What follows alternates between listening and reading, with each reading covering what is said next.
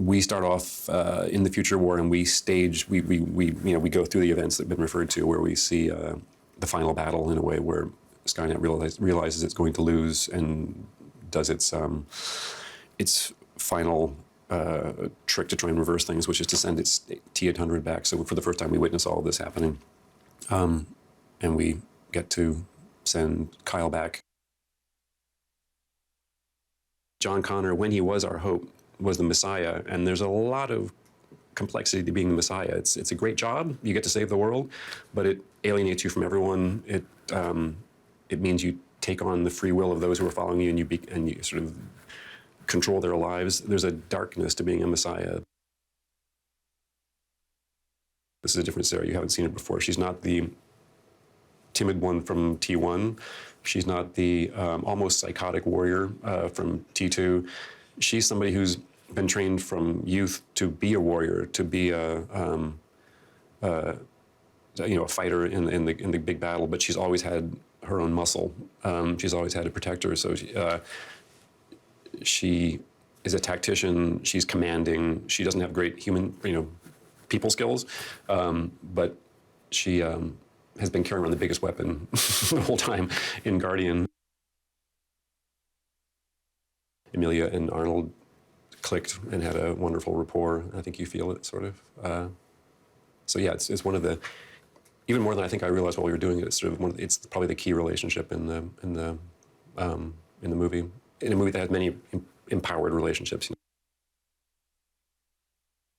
He's been trained by John Connor to love Sarah Connor without even meeting her. He's got a photograph he carries around with him, and he's sort of been primed for this mission. He doesn't know the full extent of the mission. We had costumes fittings where we were agreeing on what he should wear, but it was only when he stepped on, I think we were shooting at Griffith Park, the location, or the set, and he came on and said his first line in the movie, which is, "I've been waiting for you." And he had a shotgun, and he fired it, and it was this great moment for me and for the whole crew. You realize, oh, right, there's a reason why this guy is one of the major pop icons of our time. In this role, he just goes click, and it's, for the ages. This is a different take on the character. We're exploring different things, and we then just set out to find the best guy for the role, for this Kyle. And I think Jai is wonderful. It's funny, I think the audience so far has mostly seen him as being a villain, a bad guy, and they're going to see very different sides of him. I think he does a wonderful job in this. Jason Clarke plays our John Connor, and it's a character that's been deeply embedded in mythology from all the movies, but in our film, we take him places he's never been before, and Jason was wonderful at finding the layers and playing them. He has to make you fall in love with him in very short order, and then he has to scare the pants off you, and he was able to do both of those. Byung-Hun Lee to play the T-1000 was fantastic. He took it so seriously. He was so focused on getting the choreography right for this character. He was correcting me occasionally when I would suggest something, and he would say, "I don't think he would do that," and because he'd really thought about it. And I think he achieved some of the things that Robert Patrick achieved in the T2, which sort of set the bar for this kind of creature.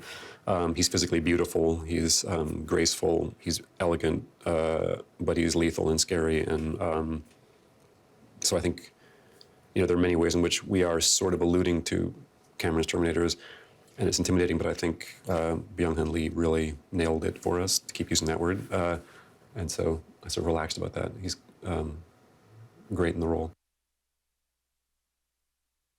I think what people will be most struck by is how much it keeps tying into the characters that we care about, get to know how they deal with each other, how they struggle with each other. The fact that the love story at the center, is functioning both as a kind of struggle between these two people who have been told they have to love each other and don't know if they do, but also it's got the weight of the world hanging on his shoulders. So it's the sort of the big box office-y, blockbuster-y movie that it needs to be, but I also think there's a core there that we relate to.